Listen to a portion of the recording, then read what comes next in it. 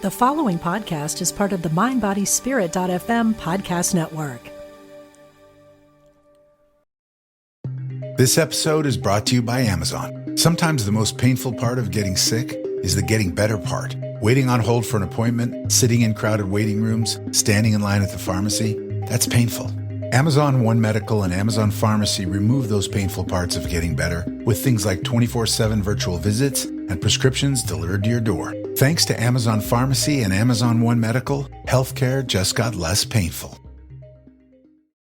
Your neighborhood just got cooler with Kroger Delivery's refrigerated trucks. Simply order groceries at the same great prices online as in-store, and we'll bring them to you fresh every time. And if that wasn't cool enough, you can now earn 4 times the fuel points after 4 with your digital coupon. Choose a next-day Kroger Delivery time slot for 4 p.m. or later on Tuesdays, Wednesdays, and Thursdays. Must deliver by February 4th. Restrictions apply. See Kroger.com for details. Wholeness means to me being in a state of joy. Wholeness means feeling complete, owning my authentic gifts. Wholeness is really connected. Everything is connected to everything. Wholeness is where we have access to all parts of ourselves.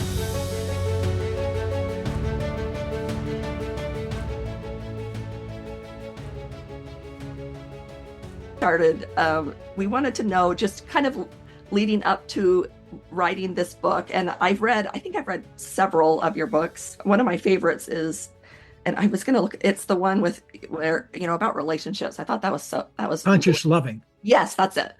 So profound. So it was interesting rereading The Big Leap, recognizing, oh yeah, that's from that other book, and seeing the different pieces. But yeah, I'm on my bicycle. I have memories of on my bicycle listening to that book and just thinking it was so amazing. Like, you say things so clearly and bluntly that I think we don't say very often. We don't talk about in that way. And I thought it was so good in relationships. So good. Very vulnerable in places. And I loved it. If you have a taste for that sort of thing, that's what I'm looking for, is people that have a taste for the personal and intimate connection. Yes, me too. Oh, one of my biggest value is connection. That's my biggest value. So I appreciate it. And The Big Leap was just so special to read and to experience, because I was just re-listening to it and finishing the last little sections, almost some of my favorite, and just thinking about when I thought, what is my mission? What is my job? What is my purpose? And I wrote down in my journal, I want people to understand their divinity, to know their greatness. And I think at the end of the day, that the Big Leap is really introducing people, letting people have permission to be that great, to be, to allow this greatness to be all over their lives. And you do it in kind of like a sneaky way. We don't recognize it until the end. We're like, I could be cool. I could be awesome. I think I am. I might be. And that's what I don't think you can come out and kind of hit people over the head with that. You kind of got to go. I don't know if you've ever heard that story from the Middle Ages, where there was a crossing guard at a crossing between 2 ancient countries. And every Friday, this wily old fellow would come along with a team of donkeys, and the crossing guard just knew this guy was smuggling something. And every time he would dismantle, he couldn't find anything. And so finally the crossing guard was retiring. And he said one Friday to the wily old guy, okay, look, I can't bust you. I'm going to be retiring. This is my last. Tell me, what have you been smuggling all this time? And he said, donkeys. And so my wife and I, Katie and I, have been on a donkey smuggling expedition now for, by the way, this is our 43rd anniversary. Oh, congratulations. Happy anniversary. Yeah, thank you. Yes, just celebrating our 43rd wedding anniversary. We've known each other for 44 years and married for 43. And I'll tell you, until you hit your 70s, you don't know what sex and marriage and things like that are all about. Great. There's more to discover. Yeah. That's great. Great. I love it. If you work it right. Right. Okay. Well, that's what we're listening. Yeah. I was just thinking back, conscious loving was now more than 30 years ago that we were on Oprah for the first time with that book, which I think was 1991 or 92, somewhere back in there, but it was more than 30 years ago. And I'm happy to say that it's being discovered now by a whole new generation of people that are, 20 somethings and 30 somethings that are reading it. It even popped up in a movie a while back that I saw. Somebody was reading Conscious Loving, a 30-year-old book. Yep. And yeah, it was really nice for an author to see. Yeah, really, really good. Really, really good. So how did you have different pieces that you all brought together in The Big Leap, or how did you come about getting to the point of writing The Big Leap? Well, Katie and I have in our professional lives, we have things that we're working on together. Like, we wrote Conscious Loving together, and things we're working on separately. She's a poet, and so she's published a whole book of poetry, beautiful poetry. And but I work on, a lot of my books are just written by me. They're not in consultation with Katie or with her participation. And so Big Leap was one of those. It's actually, people ask me, I was recently at a writers conference and people were asking me, how long did it take you to actually write The Big Leap? Because it's basically 15 years now, but it's, sells more every year than it did the year before. So it's obviously a word of mouth sort of thing, because I can guarantee you the publisher isn't putting any money into publicizing it at this stage of the game, if they ever did. But I think it just keeps growing by word of mouth. But I always tell people it took me about a year to write it, but I'd been thinking about it for 30 years. I first started there are two big concepts in the The Big Leap: the upper limit problem and the genius zone. How to craft your life once you start moving through your upper limit problems, how to craft your life so that you're living in your genius zone, doing what you love to do and doing what your biggest calling is to do, your biggest contribution. And if you can get those two things working together, you'll never work a day in your life. Since I figured that out 30 years ago, I've been on vacation, even though I've written 51 books now, and I've been around the world 2 or 3 times teaching our seminars. It still feels like, to me, play, because once you understand a few big things, and I try to put them all in The Big Leap. Once you understand two things, once you understand that you're limited by your limiting beliefs, you're not limited by stuff out there. You may think it's stuff out there, but first you've got control over your limiting beliefs. So I document 4 or 5 big ones in The Big Leap, things like the fear of really occupying the spotlight, and the fear that you're fundamentally flawed in some way. You're the wrong age, the wrong skin color, the wrong gender, whatever. It's you're the wrong person at the wrong time. That's the belief. And the underlying belief is that you believe that you don't deserve the good things of life. That for some reason, you don't think you deserve them. And the moment you start taking on those inner beliefs, wow, life changes, because you're no longer feeding your energy into the outside of thinking you're the round peg trying to fit into the square hole. But now you're looking at going beyond your upper limit. You're now in the I call it the genius zone, because now you're in the zone of expanding yourself all the time, expanding your belief system, going beyond your belief system. See, all the good stuff is beyond our current belief system. The stuff that's really going to change your life is not within the zone of what you already know. Here we call it the zone of the known. Everything that's really juicy and interesting that's going to take you to your miracle life is outside the zone of the known. It's in this new area that I call the genius zone. One of my books is called The Genius Zone. But it's really about mastering doing what you love to do and doing what you feel makes your biggest contribution. If you can do that, your inner needs are so met that you can go about the other stuff, like earning a living and making your car payments on time and doing all the stuff in the real world, in an effortless way. And That's part of the what I'm getting at in the Big Leap. Also, what a donkey I'm smuggling in is that life can be absolutely effortless. But if you come right out and tell people, they say, "Wait a minute, my life isn't very effortless,"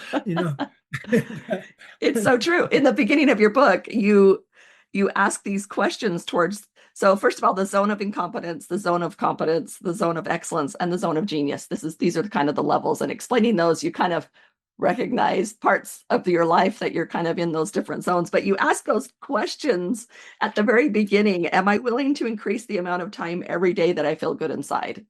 Mm-hmm. And you listen to that question and you're like, what? I can answer that question. Someone's got to tell me that question. I don't ask that question. But am I willing to increase the amount of time that my whole life goes well? Like, no, we've never asked ourselves that question. We've never even allowed ourselves to think we could ask those questions. And so those questions are so genius, because if you don't know what an upper limit problem is, you do now just by listening to those questions. Listening to those questions. Well, because you may realize, as I did when I first started asking myself those questions back in the 80s, I realized that I was only spending, like 10% of my time feeling good inside.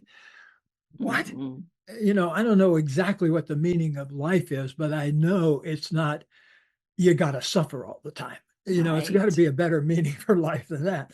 And so I took the lid off what the meaning of life could be. I said, well, maybe life can mean feeling good all the time.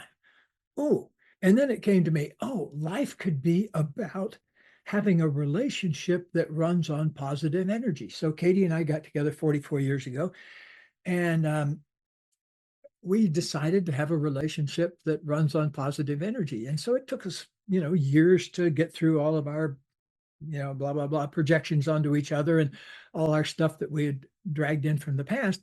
But like, we've lived in this house now almost 20 years, and I can say for sure that Katie and I have not spoken a cross word or had an argument or made even a critical reference to the other person since we've lived in this house. Mm-hmm. So imagine 25 straight years of never having to, get out from under the usual domestic wrangling that goes on. But we figured out what causes the wrangling. All the stuff in the Conscious Loving book, mm-hmm. And so one of my big missions in life, I don't know if I've ever talked about this in public, but when I was in my 20s, I read that Buckminster Fuller had a life crisis, and I believe he was 27 at the time. I wasn't quite 27 when I heard this, but Buckminster Fuller had, almost gone insane, and then he decided that he was so creative but he didn't know how to make a living. And he came to this one moment where he said, okay, I'm going to turn all the stuff I don't know about, like making a living, over to somebody else or the universe. I'm going to focus on the stuff that I'm good at, the creative stuff. And immediately he got people around him that could easily manage the business stuff. And he went on to make 500 patents. He got 500 patents confirmed. And I think when he was in his 80s, I'm not quite there yet, but I really liked the role model, because when he was 80s, he was still filing patents. He was still creating things that might be useful for humanity. So I got the inspiration. I said, well, why don't I do that? I can't stand to do things like balance my checkbook or all that stuff. Just doesn't come natural to me. And I decided to, okay, I'm going to focus on the stuff I love to do. And I realized, of course, that I was only doing that like 10% of the time. And so I began to expand that. My relationship with Katie, if you look on the covers of our books, her official name is Kathleen, but when Oprah mispronounced it a couple of times, we just decided to call her Katie out in public. Kathleen is quite a mouthful. But when we first got together, we decided, okay, what's the equivalent of feeling good all the time in relationship? And it came down to two things. One was telling the truth all the time, not letting truths mount up. Um, and the second thing was learning how to take responsibility in a comfortable way, because in society and in family life, I don't know if it like this in your family, but my family involves a lot of blame. If you were responsible for something, by golly, you were to blame for it. That was the confusion to misunderstand responsibility with blame. But if you take those two things apart, responsibility is a beautiful thing. Blame makes you feel, blame is an attack on your being. When you take responsibility for your doing. And it's a whole different world once you start taking responsibility and get it kind of sorted out from blame, because taking responsibility for something means owning it. Owning it means that it's part of you. And if you do that, you also got to realize that you are part of the universe itself. And to realize that we are creatures all of the universe. We all have the same feelings. We're all made of the same moon dust that makes up the moon. We have the same elements inside us that everything else in the universe does. So we need to treat ourselves as active members of the universe so that we're not thinking of us over here and the rest of the universe over there. And so, once we realize that there's a oneness in ourselves and in the universe, life gets a lot easier because then you're not wrestling with elements of yourself. Yeah, you talk about such a sweet moment when you were young in your yard and recognizing that. I thought that was so profound, and how great that happened when you were young, because Yeah, I feel so blessed by that. That moment is, how old was I? I wasn't in school yet. I was probably 4 or 5 years old. Now that's 75 years ago, and it still lives inside me like it happened yesterday. yeah. I can still feel that. Yeah, and you need a moment. You need moments maybe for some of us, but there is that moment where you and that's what the big leap is good at, is getting us to the point where we can dare maybe accept that, because everything depends on that. Everything depends on us. Nobody can give it to you, is the point. Nobody can say you are now worthy of oneness in this world.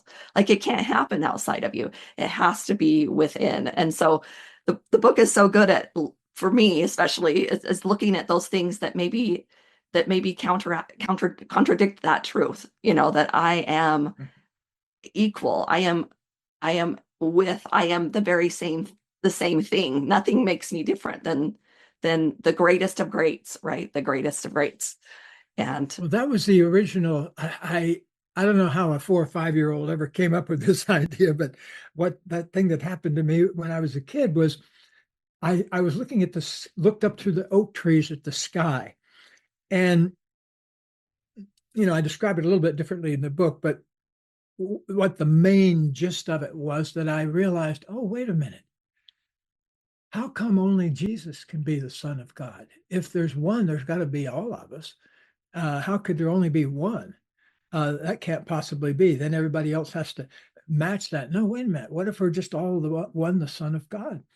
And that was, I remember just trying that one out on my mother, conservative Southerners. This is in Central Florida we're talking about. This is not in Central Park in New York City or anything. But I treasure that moment today, because it's those moments of truth that nobody can argue with. Nobody can say, no, you didn't feel that. And I've been fortunate. I felt another one. I was just before starting my job at the University of Colorado as a professor in the counseling department. So that was 1974. So it must have been 1974. I realized that everything in ourselves that troubles us boils down to something we haven't loved or accepted about ourselves. And so if we really reduce it to that, we think, okay, what is it that's most unlovable about myself? What is it about myself that I have most difficulty accepting? And you turn your life over to inquiring into those things and wondering about those things. And to me, wonder is a key to the beautiful, blessed life that we all seek, because the moment you wonder, you step outside the zone of the known and say, could I feel good all the time? Huh, wow, could I? It's an empowering moment when you realize, well, wait a minute, maybe I could take charge of that. Yes. And I bet you feel better now than before you had that thought, right? Yeah, of course, because your mind is always going to gravitate to the better idea. Once you've seen the moon, you can't say ever again, what is that thing up there? You say, oh, wow, oh, wow, oh, wow. And you might be oblivious to it for a while, but eventually even the most, oblivious person looks up and sees the moon again and realize what an amazing experience we had. No human being should ever have a self-esteem problem, by the way. Let me tell your viewers and listeners that, because, just think about it. You and I, we're having this conversation, and everybody else will be able to listen into this conversation. And there are 9 million species on this planet, and there's only one that can do this. Let's take a moment to feel joy and pride about that. Wow. Look at what an example we're setting. And that calls upon us, of course, to set a better example for the other 8.9 million. Yeah, but it's not complete. Most of those, by the way, I should, in full disclosure, are bugs in the Amazon. So not to worry. Right. But each of them holds a space in the wholeness, the oneness. Oh, yeah, for sure. For sure. And that's the reason we need to treasure the wholeness of ourselves too, because this is really so important to know that even the most deeply feared part of yourself is a key to your liberation, because that will call your attention to it and open up something for you to deeply wonder and love in your life. And to me, I believe this more profoundly now ever in my life, that we come to places in our life that can only be dealt with loving acceptance. You can't change them. And there are many parts of yourself that you can't change. And you don't want to, because like your liver, for example, is doing 350 things right now. You don't want to have to monitor all of those, and let them happen, and let it send you a signal if something goes out of whack. And it's very happy to do that.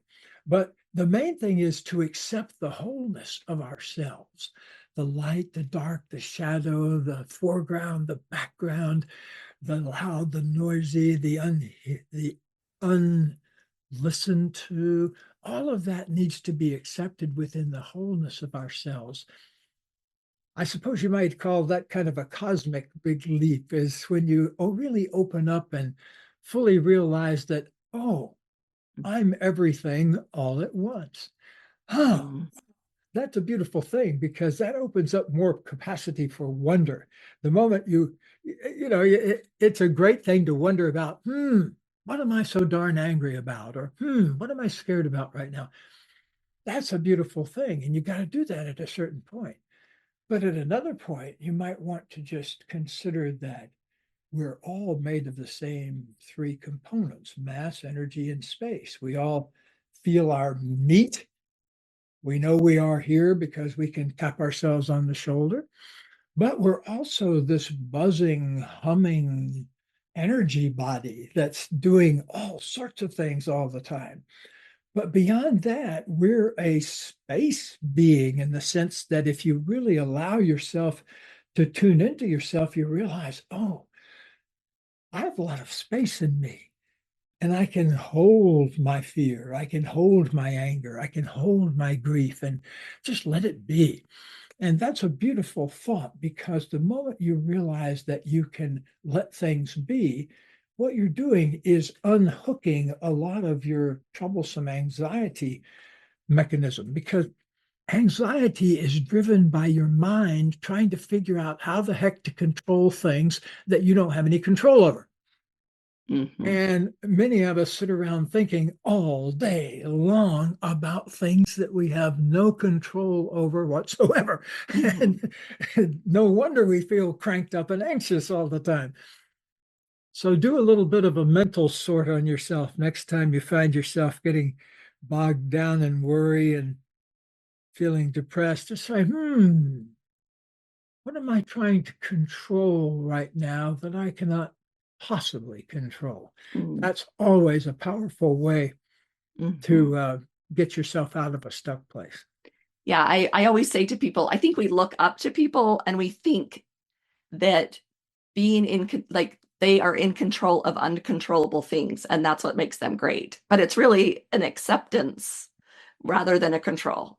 But we think they have so control, they've got so much control, they can do all this, and we kind of expect that from people. And that's been something I wrestle with, because there's things I'm not in control of. And when I allow it, it feels a little more better. It feels better than just Well, forcing. beyond that, to me, Michelle, what it's really, I've found, and I bet you will too, and your listeners and viewers will too if you look, 99% of the things we think about are things we can't possibly control. Like, think about how much time do you have kids? Yes. Okay.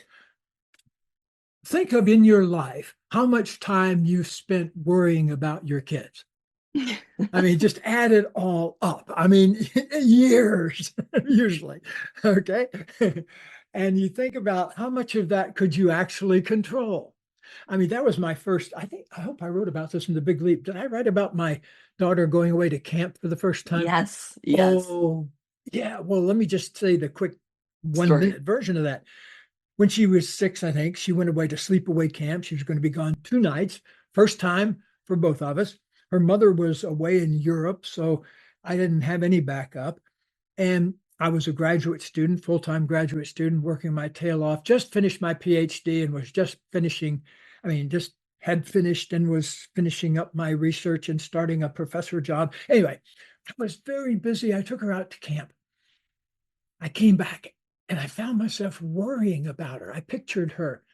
Oh gosh, she doesn't know anybody there. Or, oh gosh, she's sitting in a corner all by herself because she doesn't know the other kids. I mean, let me just pause there and say, which was ridiculous. She had known most of the other kids all summer. And it was the culmination of a camp she'd been in all summer. Okay, but my PhD mind had not considered that, because once you get into your worry thoughts, it's like the enlightened citizen goes out the door, and so here I am focusing on all this stuff. So I said, okay, I can't stand it. I called the director of the camp that I had just seen like an hour before. Lovely lady.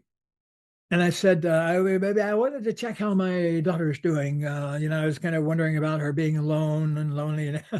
And the woman chuckled and she said, Dr. Hendricks, you're the third person to call me this morning, third parent. And she said, in actual fact, I can see Amanda out the window and she's out there kicking a ball around with the other kids and looks like she's having a pretty good time. And she says, but let me ask you this. Could it possibly be that you're the lonely one? I had to turn red, here I am, the PhD in counseling psychology at Stanford, and I hadn't figured out the simplest projection, and so, but it's just like when our stuff gets a grip on us, all the enlightened wisdom goes out the window for a while anyway. But that was a moment for me of realizing, wow, most of the stuff that human beings think about and worry about is stuff that they have no control over. And I mean, think about the popular subjects people worry about. Like, I imagine at some point you were a 13-year-old girl and you probably had a lot of worries about whether people liked you and whether you fit in and how the other girls felt about you and all of those kind of things. And of course, most of that you don't have any control over whatsoever. As you remember, you could be queen of the clique on day one, and then by day 3, you're the hound of the Baskervilles, so everything goes up and down when you're that age. And so the thing is, though, to realize that focus on the things that you have some power to change, and gently let go of the stuff that you don't have any control over. That way is the path of serenity. And in fact, 2,000 years ago, a very famous philosopher named Epictetus said the secret of happiness is knowing that there are some things that you can control and some things you cannot. Fast forward 2,000 years to the Serenity Prayer. That's all based on Epictetus. And like in the AA materials, they credit Epictetus. But the same idea of focusing always on letting go of controlling things that you don't have any power to control. Because believe me, there's immense things that we could be focusing on that we do have power over. Like whether you pick up the phone and call somebody, or whether you go meet somebody that you're having a difficult time with, or whether you consult the third party if you're having a sticky place in your relationship. All those kind of things are things that we have absolute power and control over, but we get lost in our thoughts about stuff we don't. So kind of like if we're having a trouble, like I love the example you gave, so it just popped some in my head. Like if you're having trouble with someone and you can't control their actions, but you can control your response. And maybe your response is, hey, I don't like that. You know what I mean? But it's not just about not letting it bother you. It's about deciding really from this place within us that's bigger and to respond and in our way, rather than just decide whether to, like, well, he did that and now I'm going to do this and whatever. It's an actual response versus kind of a reaction. Yeah. And one of the interesting things, I'm glad you touched on this, Michelle, was, I mentioned Epictetus. Well, if you go back a couple thousand years to the Greeks, they had this word that they used, and we don't even have a word for it anymore. In Greek, it's called alexithymia. And what the Greeks were talking about is being out of touch with your feelings, not knowing when you were angry, or not knowing when you were feeling grief or sadness, or not knowing when you're scared, or not speaking about it when you're scared. A lot of times people turn their sadness into anger, or they do it the other way around. They feel angry inside, but they cry, and so they get those things mixed up. We have to realize that fear is at the bottom of a lot of our feelings that people struggle with. And so one of the great tasks of a conscious life is to learn to befriend your fear, learn how to find out what you're scared about and talk about it, and get at ease with what you're already feeling. Because if you think about it, our species has been evolving. We can find early examples of our species going back several million years. And just like if you look at the number of pain points on the bottom of the human foot, that took millions of years of walking barefoot to evolve that. People have not had shoes, but for a few thousand years. And so for most of humans' time, we've been walking barefoot. And so it's important to realize that at that same time, we evolved in all sorts of other ways too. The human brain itself hasn't changed much in the past 50 or 60,000 years. It's been pretty much set up the same way, but the software is very different. If a thief and the Dalai Lama walk into a 7-Eleven at the same time, the thief has one set of intentions and the Dalai Lama has another set of intention. And that's something that has grown out of humanity's relationship with each other over the years. I never thought about it that way. That's amazing. That's amazing. My dad works in B2B marketing. He came by my school for career day and said he was a big ROAS man. Then he told everyone how much he loved calculating his return on ad spend. My friends still laugh at me to this day. Not everyone gets B2B, but with LinkedIn, you'll be able to reach people who do. Get a $100 credit on your next ad campaign. Go to linkedin.com/results to claim your credit. That's linkedin.com/results. Terms and conditions apply. LinkedIn, the place to be, to be.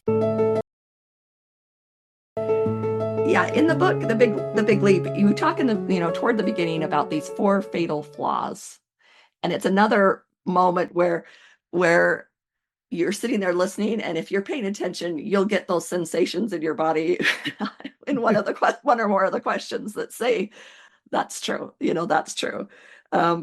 And so they're feeling fundamentally flawed, just feeling worried about being disloyal or abandonment of those people. That was one of mine. Believing that success brings a bigger burden, or fear of outshining. That's another one of mine. So really, really important to kind of, I think those are like, I felt like it was one of those things where like, we're going to say that out loud. Like we're going to admit that, because it's like, it's something that just is running in the system. We don't really say it out. We don't really clarify that's what's really going on. But so it's so true to hear that. How do you think we get those? Why do we get those fatal flaws? Where do they come from? Well, think about, like, one of them would be that I'd say the most popular one is the belief that I'm fundamentally flawed in some way. And interestingly enough, I've encountered that. I used to work with juvenile delinquents 50 years ago when I first started. I was a teacher and a counselor in a school for 100 delinquent boys. And so that required a certain set of skills. I've also, at this stage of my life, 50 years later, I've worked with, people like presidential candidates or people that win Oscars and things like that. And I can tell you, it's exactly the same. Both sets of people can have the same set of fundamental feelings about themselves. And one of them, and I've encountered this, it's so amazing to see somebody that has won an Oscar carrying around a feeling that they fundamentally don't deserve it. That's, to me, heartbreaking. That you can go to the top of the heap in a way and still carry along a misery that's going to be there the moment you step off the stage. Ooh, let's use that as a model. Let's take note of that. And so what I think that each of us needs to do is confront these only a handful of limitations, like feeling fundamentally flawed. Number 2, feeling like I don't deserve the spotlight. 3, feeling like I've got to be loyal to my past. I can't be anything new. I've got to stay in my whatever the clique is. And another one might be I'm already burdened. If I'm more successful, I'll be even more burdened.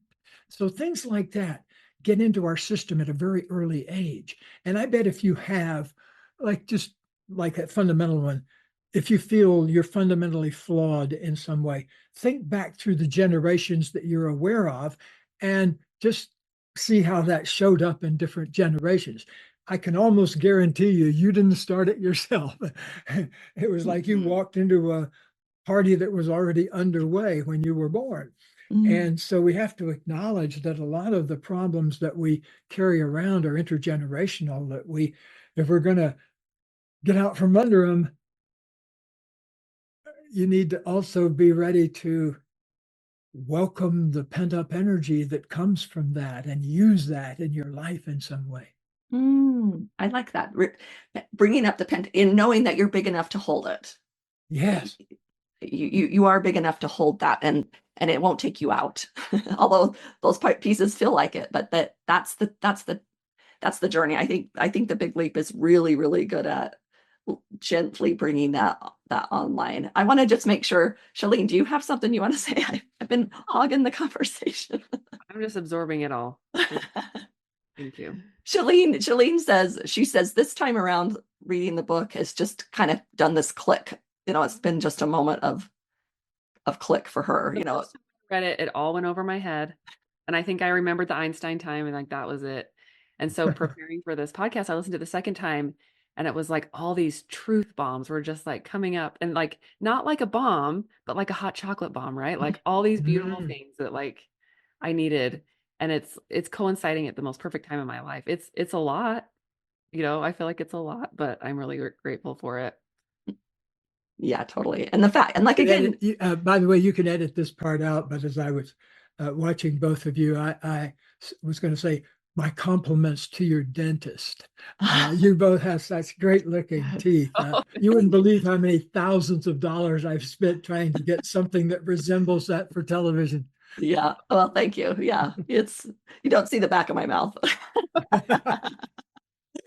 But yeah, it's a journey. It's so empowering to take on the ownership and recognize that I have this within me. I have the power within me to propel myself into the places I want to be. Like, it's very empowering if you can do the work, and I think that's why the fatal flaws are important, because to speak out, hey, this is what might be stopping you.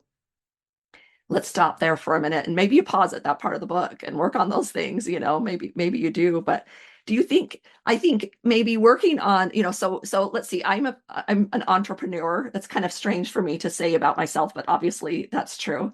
And so my work is, I have the tasks to do, but my important work is not as much about the details as tackling the upper limit, because once that upper limit is there, those details just are easily addressed. Would you agree?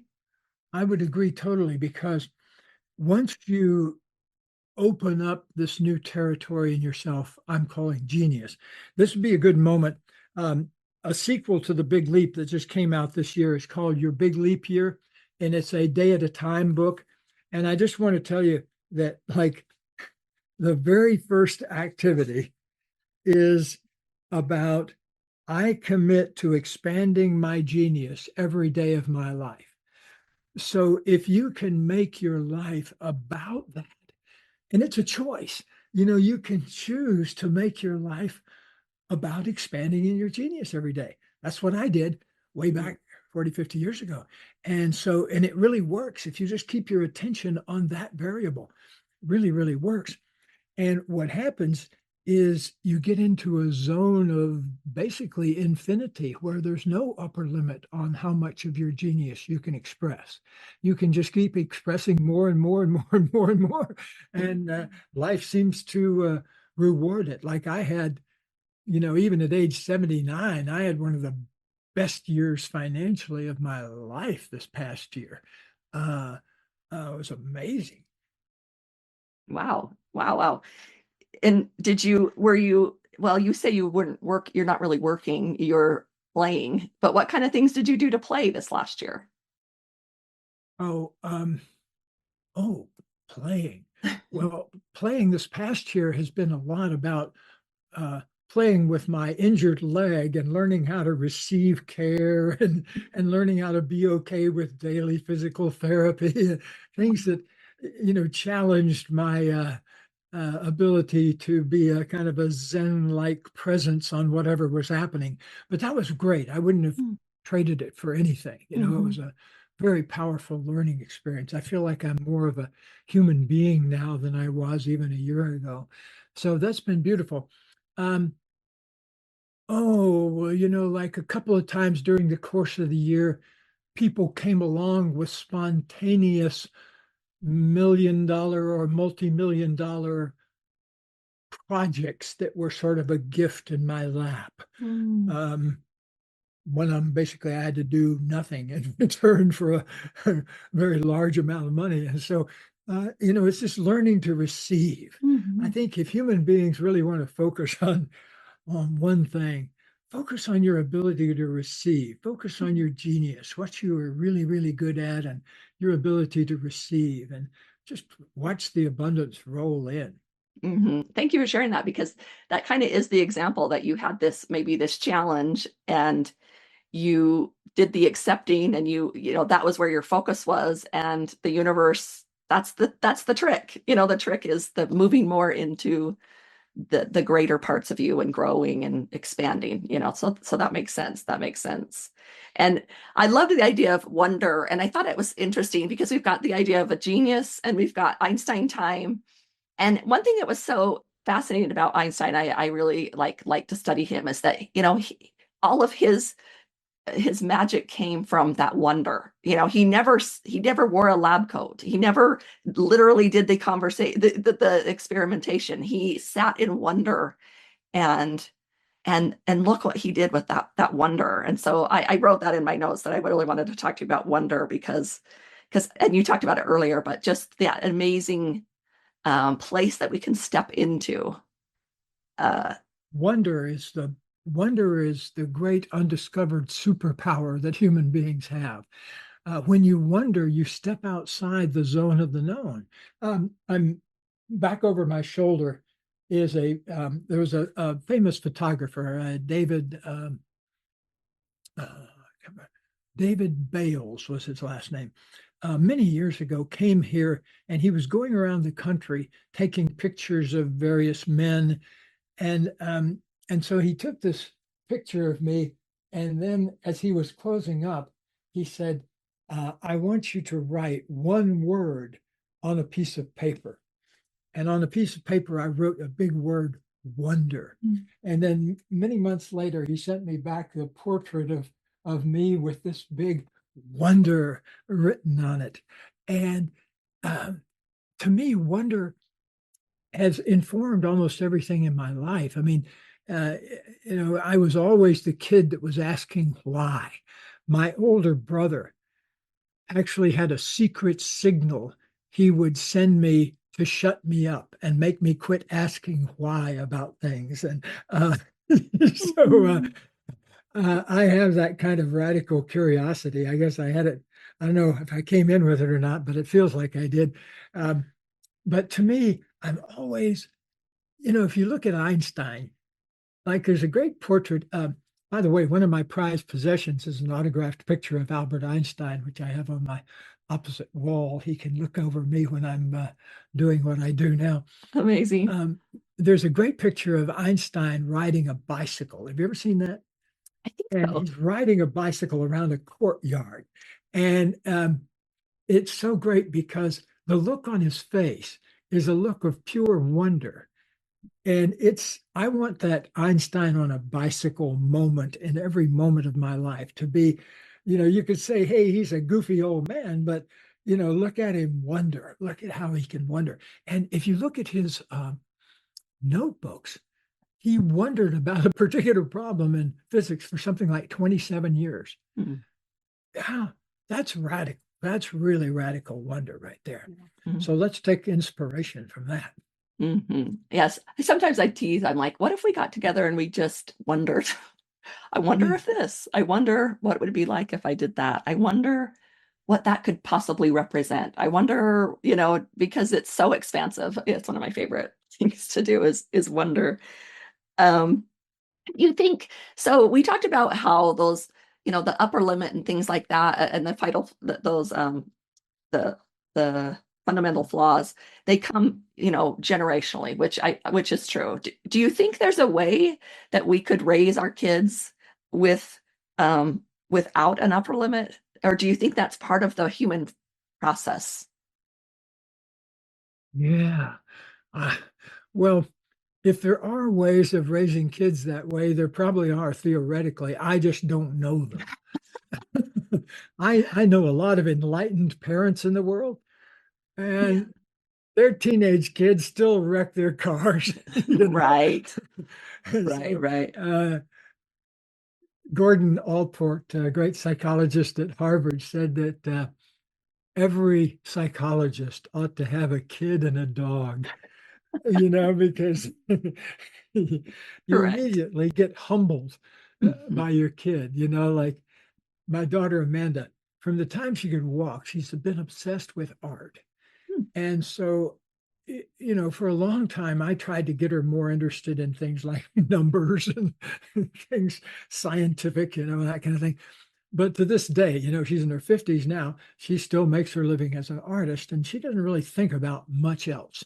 And, we have to honor that part of ourselves, that there are singular parts of ourselves that if we can go out and, express them in the world, that's what we ought to be.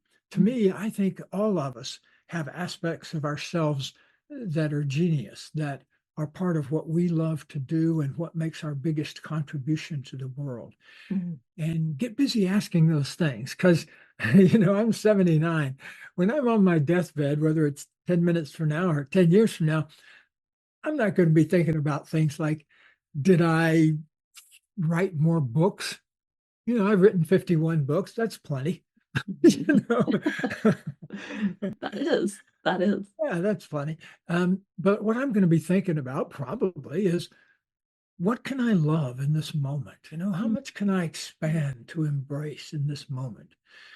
I've been blessed sometimes to be at the deathbeds of people who went out in a beautiful way, in a way that wasn't clutching to life, that was expansive.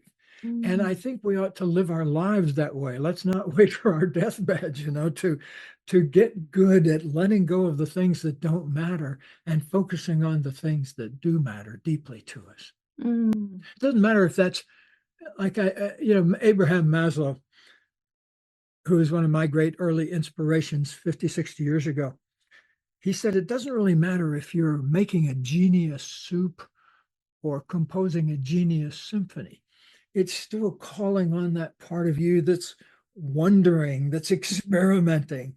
If you watched my wife, my wife can walk on the stage at Oprah and knock them dead, but she can also make a soup by herself with the most exquisite, I watch her just adding little bits, like especially her specialty is Indian food.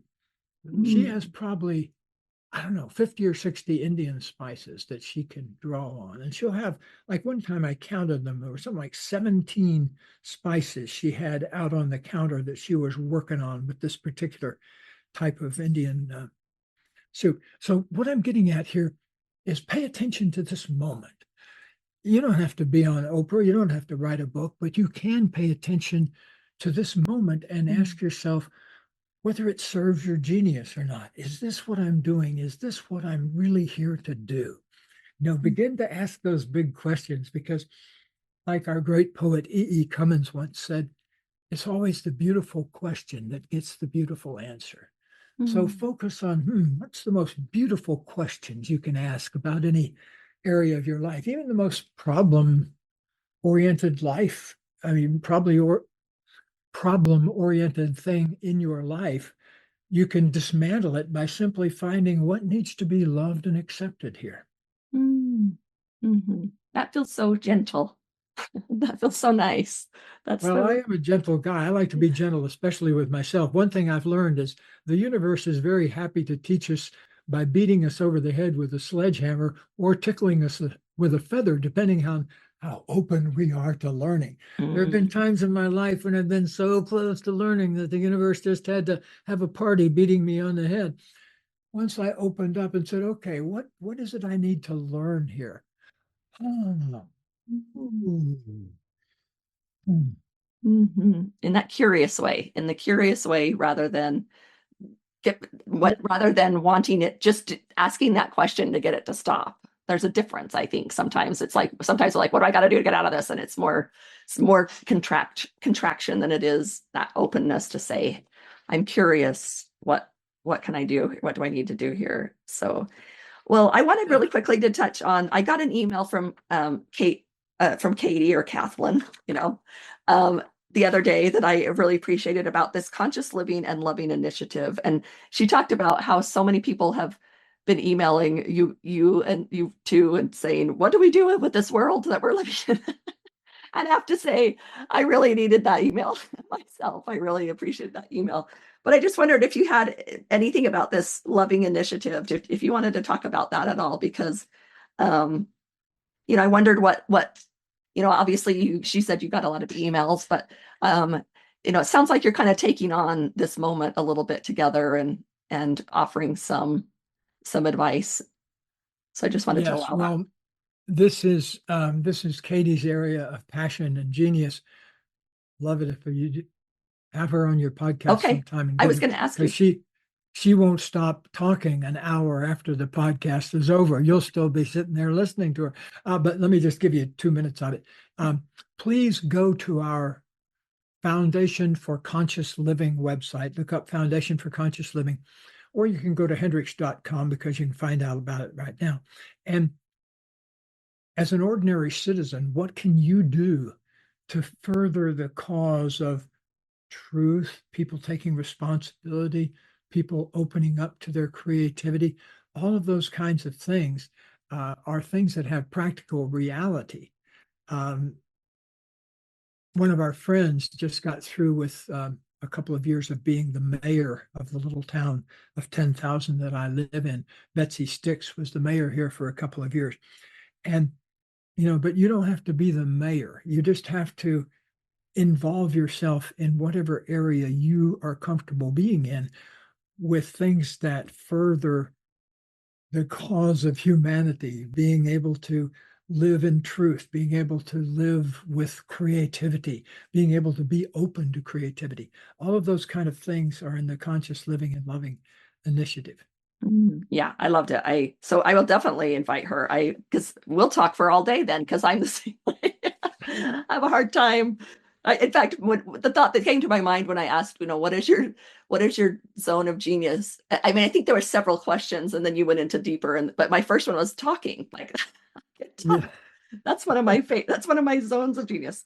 All right. Well, I'm glad you found. Speaking of that, I really want to appreciate you for both of you for discovering your genius zone, because, I mean, whatever you did before, I'm sure you did it well and everything like that, but there was some kind of calling that you felt to express yourself more in the outside world. And I want to salute that. Thank you. Thank you. We appreciate that. And finally, we want to just talk to you a little bit about this definition. You used the word wholeness a lot. We're the Wholeness Network, and that's kind of our goal is to explore that idea of wholeness, which we agree it talks about really accepting all of who you are. That's the best way to find wholeness, is to accept all of who you are and be in all of that. So I wanted to say, can you kind of describe or go into that idea of wholeness? What does it mean to you? How do you interact with it? What does that feel like? Well, wholeness is a very important value for me and for everybody here. I'm talking about Hendricks Institute and KD and all the people that work with us. That's one of our big questions, that what's in the way of feeling wholeness right now? We often ask a question like that in group meetings, at the end of a discussion about something where people have strong opinions. We say, okay, is there anything that's in the way of us feeling a whole unit right now? And so wholeness, I think, applies at a very personal level, but it also applies at a very group level. At a very cosmic level, you have to ask yourself, in what way am I avoiding my feeling of wholeness with the universe itself? Where am I out of synchrony with God, with spirit, with the universe, with the healing powers of the universe itself? And so asking those kind of big questions, I think, really have to do with wholeness. It sticks in my mind that I'm a big Latin and Greek person. You probably heard me reference Epictetus and everything like that. And I owe that fascination to Miss Emma Williams, my high school Latin teacher. God bless you, Miss Emma, wherever you are in this universe today. But she taught me to have a reference for the ancient, to look back and see what were the troubles that the Romans had in their relationships. What are the troubles the Greeks had? One of the greatest Greek values was of wholeness. In fact, their word for perfection has to do with wholeness. It has to do with a sense of wholeness. Their word for spirit has to do with wholeness also. And so I think, to me, wholeness is not only something we can see in the world, but it's something we can feel inside of ourselves. As a matter of fact, when you mentioned my book, 5 Wishes. 5 Wishes is about the 5 things that I decided to make my life about. Number 1 was having a close relationship with a woman with whom I could grow and change over the years. So I manifested that 44 years ago. The second was to live in a state of wholeness or completion, meaning that there was nothing unsaid or unlistened to by me, by anybody out there, that I was willing to speak honestly to anyone on earth. And I always tell my students here, the acid test, could you get up in the middle of Yankee Stadium with 60,000 people in the audience and just talk about things you were afraid about or things that were going on in your life? And, to be that open to speaking honestly means that you've accomplished a level of wholeness with yourselves. So kind of a long-winded version. I could talk all day about wholeness, but that'll be a good start for now. That's perfect. Perfect. Thank you so much. Well, we can't tell you how much we appreciate your time, and yeah, I'd definitely love to talk to Katie or Kathleen. I love how you say Kathleen. I think I don't know, it's just the way you say it. It's just so endearing. It's just endearing. It's just her name, but I can tell you can feel the love in the vibration of that word when you say it. And I love to say the word, Kathleen. Her mother named her that instead of Catherine. Yeah. Named her Kathleen. And at the time, Kathleen was the only one around. Then Warren Beatty and Annette Benning named their first daughter Kathleen. Oh. And then that set off a wave of Kathleens. Yeah. Well, Oprah would probably get it right now. Yeah. Well, I would love to hear that love story someday. That sounds like a really good story. Yeah, you got to read The Conscious Loving. Oh, it's in there? Okay. It's a journey. I mean, you learned a lot of lessons in love first, right?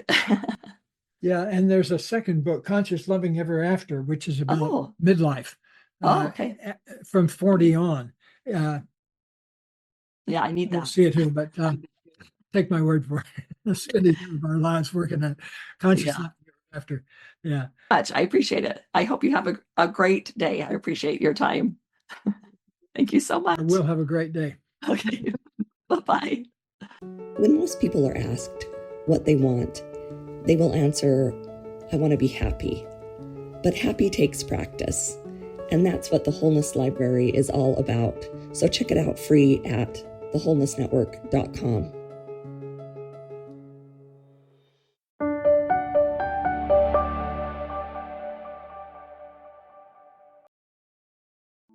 Have you ever wondered about life after death, or if it's possible to connect with loved ones on the other side?